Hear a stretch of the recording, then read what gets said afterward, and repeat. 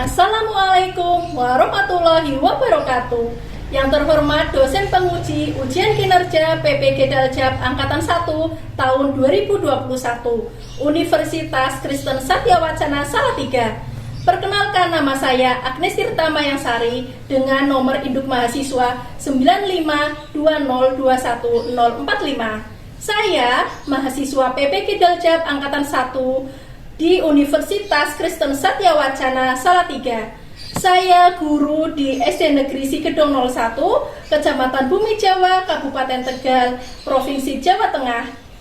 Pada hari ini, Senin 19 Juli tahun 2021, saya melaksanakan kegiatan praktek pembelajaran untuk memenuhi ujian kinerja PPG Daljab Angkatan 1 tahun 2021. Dengan mengambil tema 1, organ gerak hewan dan manusia, subtema 3, lingkungan dan manfaatnya, pada pembelajaran yang ketiga kelas 5. Untuk lebih jelasnya, berikut adalah video praktek pembelajaran yang saya laksanakan. Mohon masukan dan saran agar kedepannya saya bisa lebih baik dalam pembelajaran selanjutnya. Selamat menyaksikan.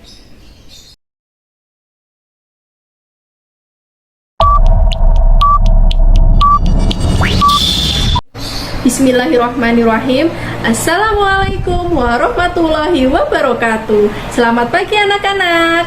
Waalaikumsalam warahmatullahi wabarakatuh. Selamat pagi Bu Guru. Bagaimana kabar kalian hari ini?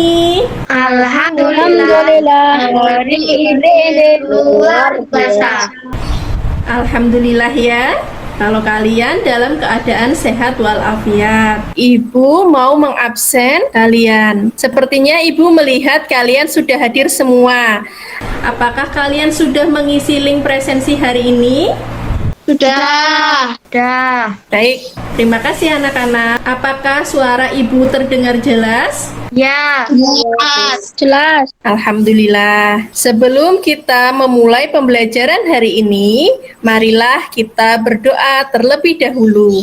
Silahkan Mbak Ais dipimpin doanya.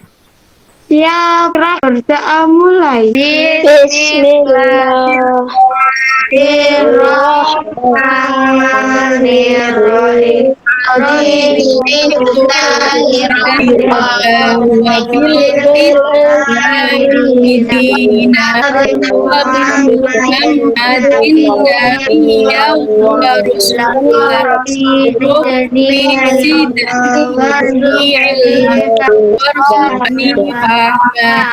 Amin ya robbal alamin.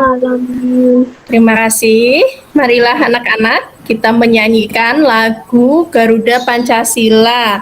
Dimulai pada hitungan yang ketiga. 1, 2, 3. Garuda Pancasila. Akulah putumu, Patria proklamasi, saya untukmu, Pancasila dasar negara, rakyat bangsa,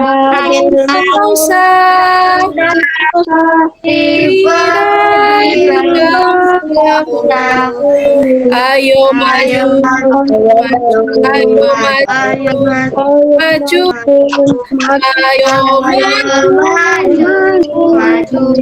Terima kasih. Anak-anak, sudah siapkah kalian mengikuti pembelajaran hari ini? Siap.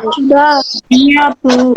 Alhamdulillah. Jika sudah siap, mari kita duduk dengan benar dan disiplin selama kegiatan pembelajaran. Bisa anak-anak? Bisa.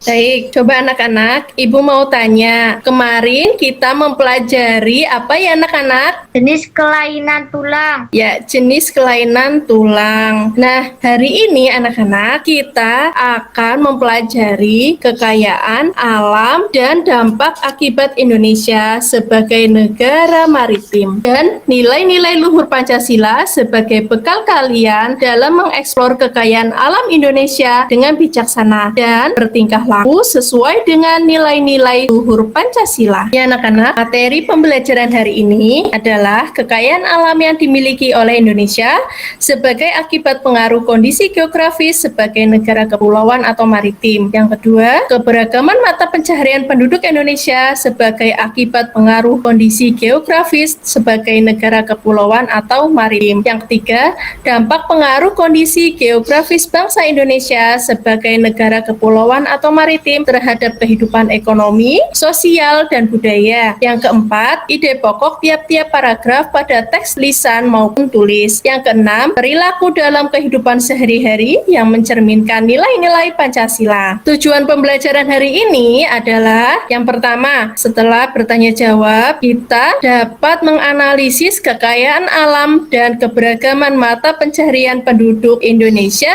yang dimiliki oleh bangsa Indonesia sebagai pengaruh kondisi geografis sebagai negara kepulauan atau maritim dengan tepat. Yang kedua, setelah membaca teks pengaruh kondisi geografis Indonesia sebagai negara maritim terhadap kehidupan sosial dan ekonomi, peserta didik dapat menganalisis dampak pengaruh kondisi geografis bangsa Indonesia dengan tepat. Anak-anak, pembelajaran hari ini dibagi menjadi 3 sesi, yaitu tatap muka virtual sesi pertama, kemudian SDK, sesi diskusi kelompok, lalu tatap muka virtual sesi kedua. Untuk menambah semangat kalian, marilah kita tepuk PPK terlebih dahulu. Tepuk PPK. Religius, Nasional, mandiri, gotong royong, integritas. Mana semangatmu? semangatku. Tepuk semangat. Semangat.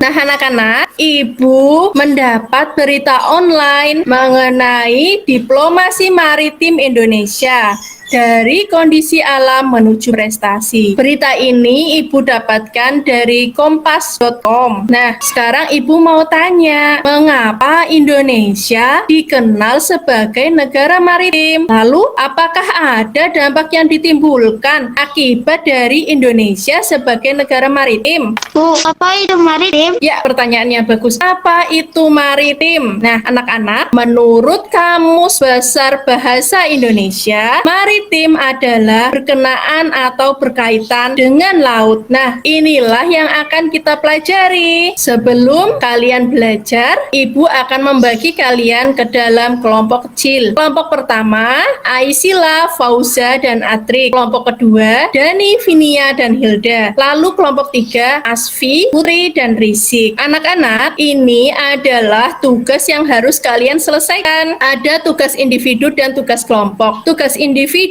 yaitu menganalisis keberagaman jenis-jenis usaha atau pekerjaan yang berkaitan erat dengan sumber daya alam laut. Lalu, menganalisis perilaku-perilaku kegiatan sehari-hari berdasarkan nilai-nilai Pancasila. Tugas kelompoknya membuat peta konsep dampak yang timbul sebagai akibat pengaruh kondisi geografis Indonesia sebagai negara maritim dan kepulauan. Lalu, menentukan ide pokok dari masing-masing paragraf teks bacaan. Dan yang terakhir, membuat laporan kegiatan yang ada di sekitar tempat tinggal yang mencerminkan nilai-nilai sila Pancasila. Untuk tugas kelompok, kalian ada di LKPD yang telah Ibu bagikan kemarin ya. Mari kita simak baik-baik pelajaran hari ini. Anak-anak, Indonesia merupakan negara maritim. Negara maritim adalah negara yang memiliki perairan yang luas. Hampir 2/3 wilayah Indonesia berupa laut. Perhatikan gambar di bawah ini. Wilayah Indonesia yang berupa kepulauan, antara pulau yang satu dengan yang lain disatukan oleh laut, membuat bervariasinya potensi atau kekayaan alam laut yang dimiliki oleh Indonesia. Coba perhatikan anak-anak, potensi kekayaan laut Indonesia.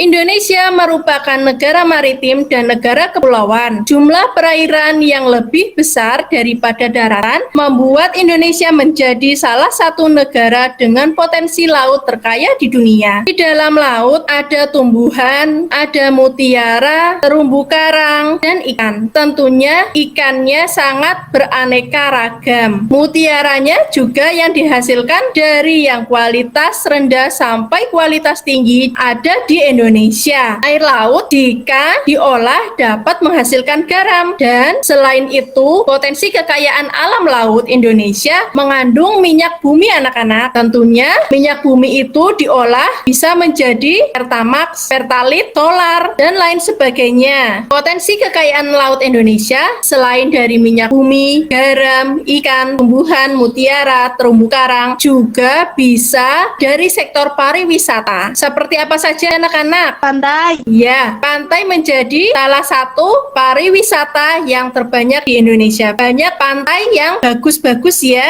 Mari kita membaca pengaruh kondisi geografis Indonesia sebagai negara maritim terhadap kehidupan ekonomi masyarakat. Ibu beri waktu 2 menit, bacalah dalam hati teks tersebut. Silakan anak-anak. Sudah selesai anak-anak? Sudah, Bu. Sudah. Ya anak-anak, kondisi geografis sebagai negara maritim dan kepulauan membawa banyak keuntungan bagi bangsa Indonesia. Banyak jenis pekerjaan yang bisa diusahakan untuk menunjang kehidupan masyarakat Indonesia melalui kekayaan laut. Tadi kita mempelajari potensi kekayaan laut Indonesia. Dari situlah dapat kita analisis keberagaman mata pencaharian atau pekerjaan masyarakat yang ada di pesisir pantai. Yuk, apa saja pekerjaan yang memanfaatkan sumber daya alam laut Indonesia? Apa saja anak-anak? Selain nelayan? Polisi laut, Bu. Bagus sekali. Selanjutnya? Pengusaha resort. Ya, selanjutnya? Pedagang ikan. Bagus. Selanjutnya? Pengrajin kerang. Kode. Ya, pengrajin kerang. Tadi ada yang menyebutkan Kode. nahkoda. Nahkoda. Ya. Selanjutnya? Penambang minyak, Bu. Ya, selanjutnya apa anak-anak? Petani garam. Bagus sekali. Petambak kuda. Ya, apalagi anak-anak? Penyelam. Iya, bagus sekali. Kita tahu ya, di Indonesia ada spot untuk menyelam keindahan alam bawah laut Indonesia yang sangat bagus. Seperti di Raja Ampat, banyak para penyelam menyelam di situ untuk melihat keindahan alam laut Indonesia. Nah, anak-anak, marilah kita menyimak video pembelajaran hari ini mengenai potensi lestari bahari. Inilah pemandangan umum yang kita lihat. Anak-anak, apakah suaranya terdengar? Pelabuhan perikanan di penjuru Indonesia. Terdengar, Bu. Tapi Hasil laut selalu Oh, terdengar tapi tidak jelas. Ibu ulangi ya. Inilah pemandangan umum yang kita lihat setiap harinya. Pelabuhan-pelabuhan perikanan di penjuru Indonesia. Besar ataupun kecil skalanya, hasil laut selalu datang berlimpah. Hanya beberapa waktu saja di saat musim tidak menyapa, pelabuhan-pelabuhan ini tak begitu ramai. Namun biasanya, satu jenis ikan atau hasil laut lainnya yang tak musim akan digantikan dengan jenis ikan lainnya untuk ditangkap. Inilah potensi perikanan Indonesia. Negara bahari dengan lebih dari 17.000 pulau. Negara dengan lautan yang penuh kekayaan untuk digali. Negara kepulauan terbesar di dunia dengan luas perairan sekitar 74% dari total wilayahnya. Dengan lanskap seperti ini, taklak Indonesia memiliki potensi kekayaan sumber daya laut yang luar biasa, khususnya di sektor perikanan. Di dalam laut Indonesia, seluas sekitar 5,8 juta kilometer persegi, 54% kebutuhan protein nasional dipenuhi dari ikan dan produk laut lainnya. Sekitar 10% produk perikanan dunia berasal dari Indonesia. Tuna, cakawang, tongkol, kakap, dan kerapu adalah beberapa jenis ikan tangkap yang bernilai ekonomis tinggi. Selain itu ada udang, lobster, kepiting, cumi, dan rumput laut. adalah hasil lainnya yang juga memiliki nilai ekonomis tinggi. Dengan sumber daya yang sangat besar ini, tantangan pengelolaannya juga sangat besar dan kompleks. Masalah illegal fishing menjadi momok nomor 1 dalam perikanan Indonesia. Berapa banyak kerugian kita akibat illegal fishing ini?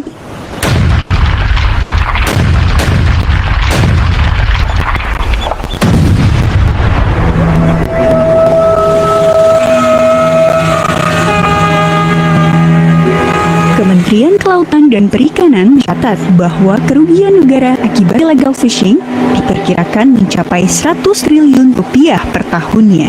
Perikanan berkelanjutan untuk menjaga stok sumber daya yang ada, salah satu solusi yang bisa kita berikan untuk menjaganya. Memanfaatkan hasil laut bukan hanya untuk kepentingan ekonomi. Memperhatikan kelestarian lingkungan hidup, sosial, dan ekonomi. Inilah 3 prinsip dasar yang harus dilaksanakan untuk pembangunan perikanan yang berkelanjutan. Baiklah anak-anak, itu tadi merupakan video pembelajaran mengenai potensi lestari bahari. Apakah ada pertanyaan anak-anak? Bu, tadi di video ada illegal fishing. Illegal fishing itu apa, Bu? Ya, illegal fishing. Ada yang tahu? Bu, fishing itu artinya memancing kan, Bu? Ya, bagus sekali untuk Linatul Asfia. Nah, anak-anak, tadi pertanyaan Oza, apa itu illegal fishing? Seperti yang dijelaskan oleh Asfi, fishing adalah memancing. Illegal, tidak sah, tidak legal, tidak menurut hukum. Fishing artinya memancing atau menangkap ikan. Illegal fishing adalah kegiatan penangkapan ikan yang dilakukan dengan melanggar hukum yang telah ditetapkan di perairan suatu negara. Kegiatan ini contohnya menangkap ikan dengan benda-benda berbahaya seperti pukat harimau, bom peledak, dan lain sebagainya. Selain itu, banyak warga negara asing yang mencuri ikan di wilayah teritorial laut Indonesia. Nah, itulah arti dari illegal fishing. Nah, anak-anak, rupanya dengan kondisi geografis Indonesia sebagai negara maritim membawa dampak bagi negara Indonesia itu sendiri. Nah, anak-anak, dampak tersebut antara lain: 1.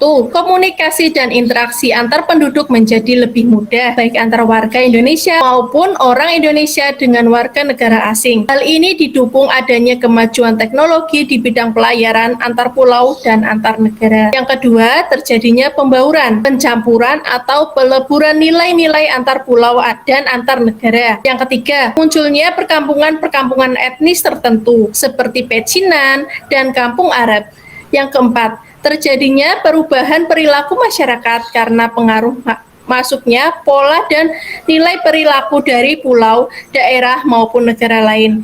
Yang kelima, terjadinya perpindahan ilmu, pengetahuan, dan teknologi. Anak-anak, Iya, Bu. Indonesia dikenal sebagai negara maritim dari zaman dahulu. Bahkan, nenek moyang Indonesia adalah seorang pelaut. Masih ingatkah kalian dengan lagu Nenek Moyangku Seorang Pelaut?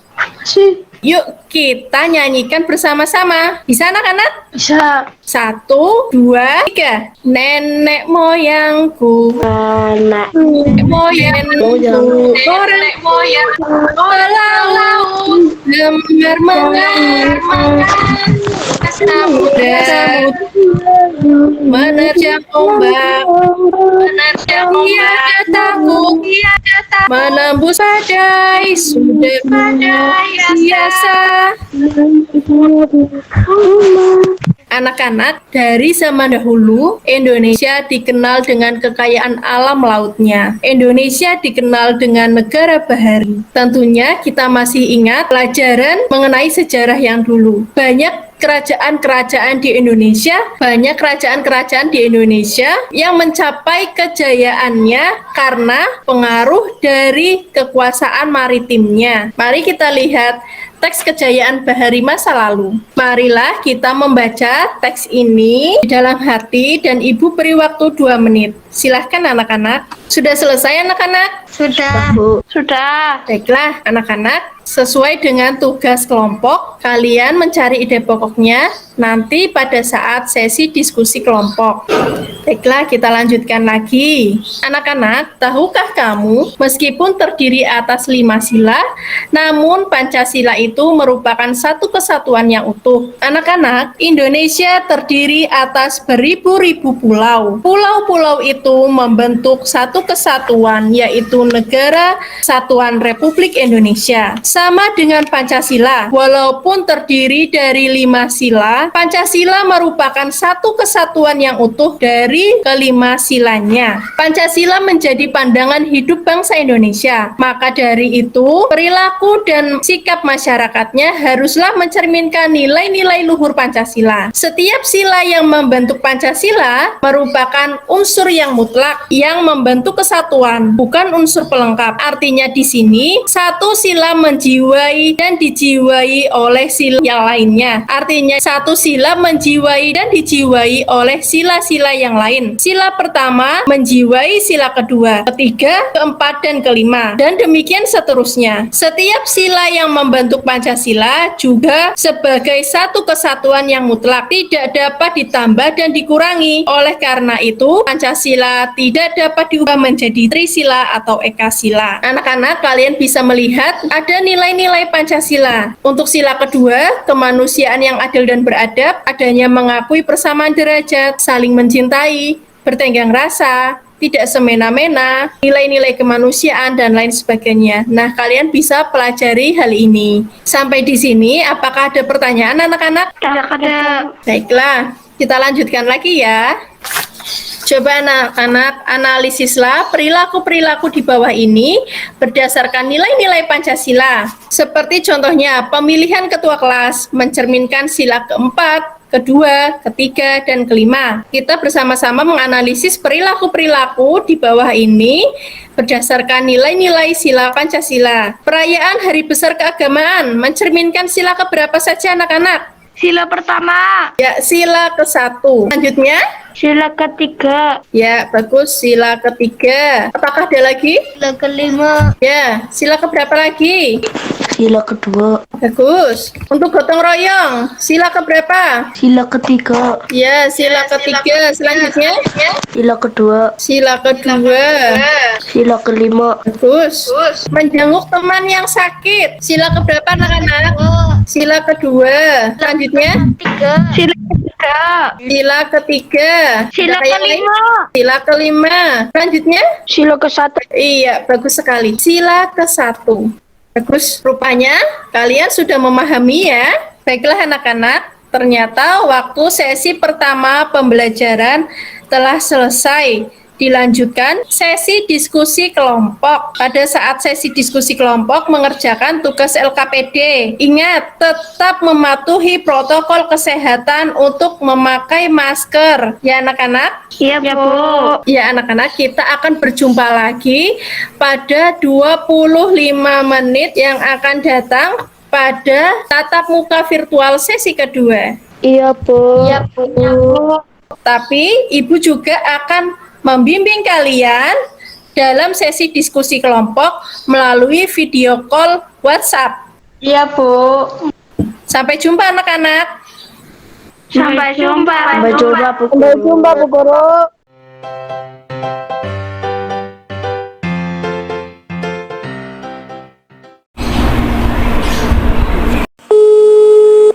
Halo, assalamualaikum. Waalaikumsalam, Bu. Waalaikumsalam. Sedang diskusi anak-anak? Iya. Coba diskusinya sampai mana? Sampai nomor 5. Oh, yang mengisi analisis dampak. Iya. Baiklah, ada kesulitan anak-anak? Ada. Nanti jika ada kesulitan, jangan segan-segan untuk bertanya kepada ibu ya. Iya, Bu. Bagus, tetap patuhi protokol kesehatan. Terima kasih anak-anak. Selamat berdiskusi. Assalamualaikum. Waalaikumsalam.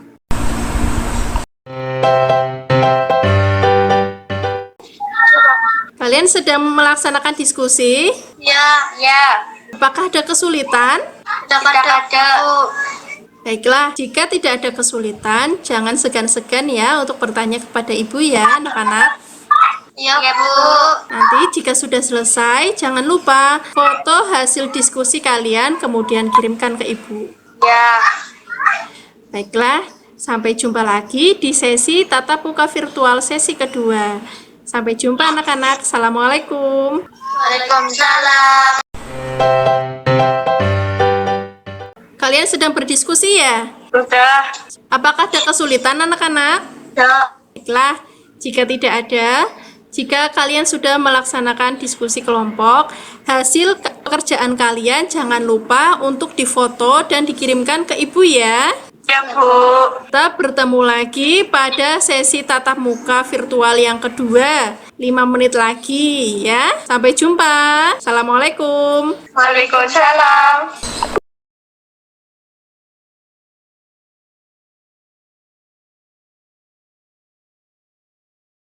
Assalamualaikum warahmatullahi wabarakatuh. Selamat pagi anak-anak.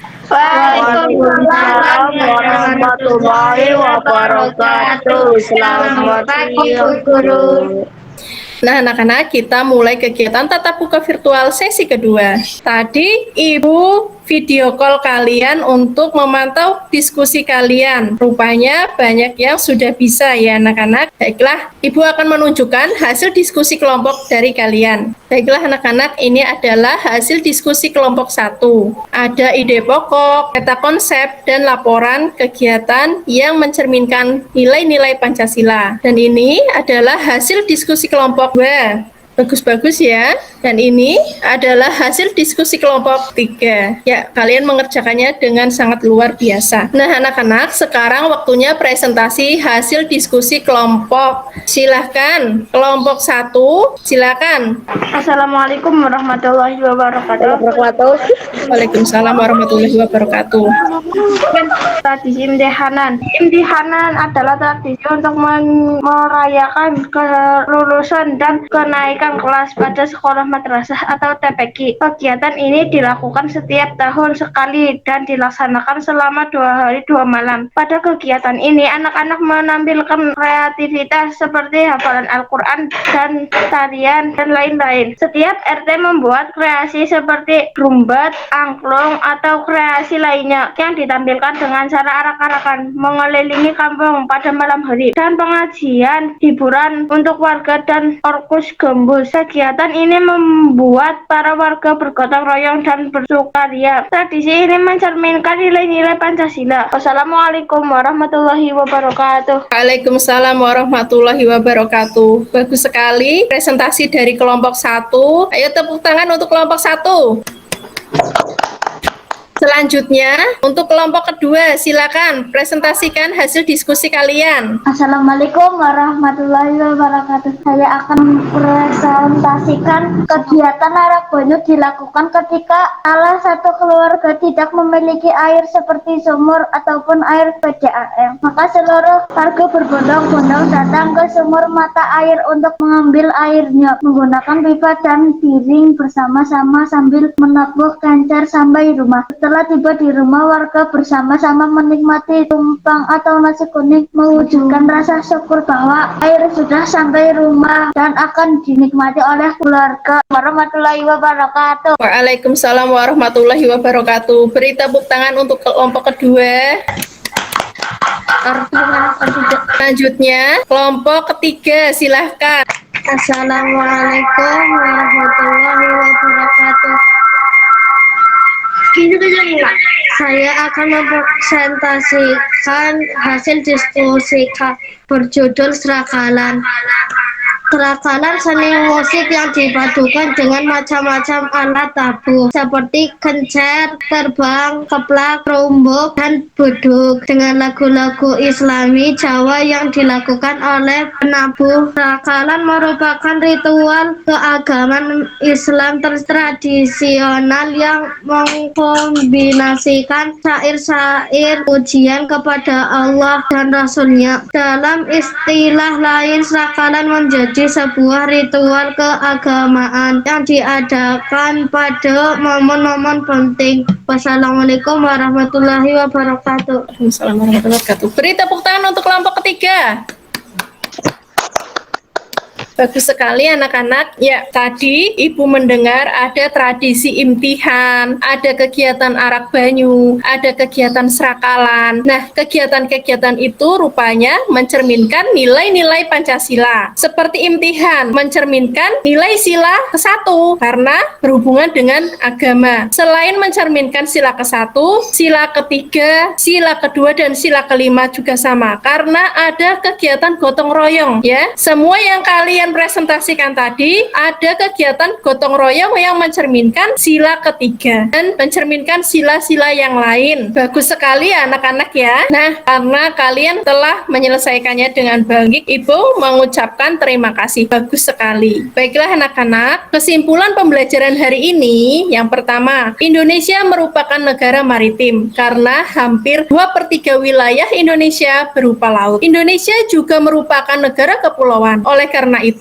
Indonesia memiliki kekayaan alam dan keberagaman yang sangat tinggi. Ada banyak dampak yang ditimbulkan karena kondisi geografis Indonesia sebagai negara maritim dan kepulauan terhadap kehidupan ekonomi, sosial, dan budaya, baik dampak positif maupun negatif, seperti yang kalian sebutkan dalam tugas kelompok.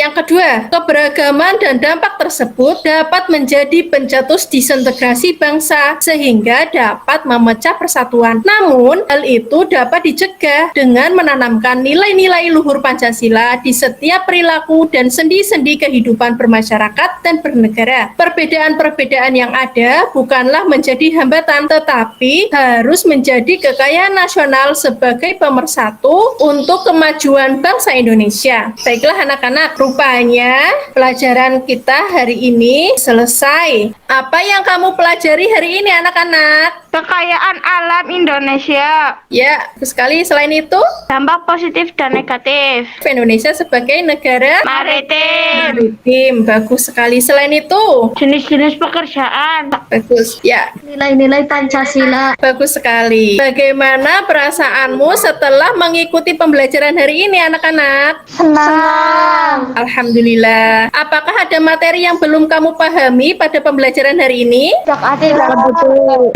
Alhamdulillah ya, jika kalian sudah memahami pembelajaran hari ini. Untuk evaluasi pembelajaran akan Ibu sampaikan melalui WhatsApp group. Kalian dapat mengerjakannya melalui Google Form. Seperti biasa, tinggal klik lalu dikerjakan. Evaluasi pembelajarannya berupa materi IPS, Bahasa Indonesia, dan PPKN, serta ada penilaian diri. Sampai di sini apakah ada pertanyaan? Gak ada, Bu. Baiklah, Ibu lanjut lagi ya. Ayo anak-anak, kita nyanyi bersama-sama lagu Perahu Layar dari Jawa Tengah.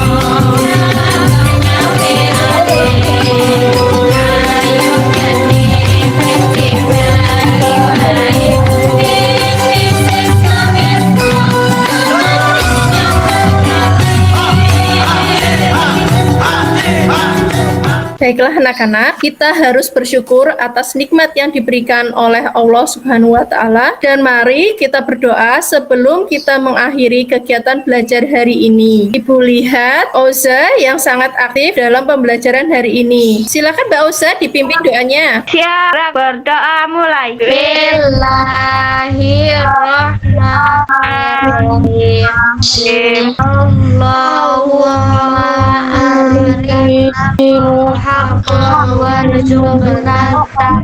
Sukna tiba'an wa arinal labatila warsuqna bahu. Amin ya robbal alamin.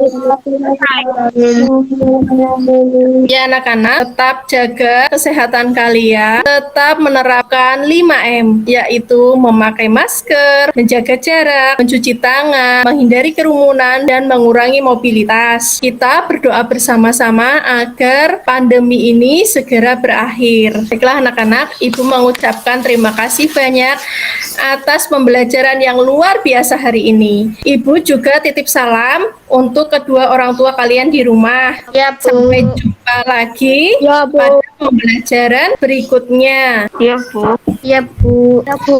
Ya, Bu. Assalamualaikum warahmatullahi wabarakatuh. Selamat siang anak-anak. Waalaikumsalam warahmatullahi wabarakatuh. Selamat siang, Bu Guru.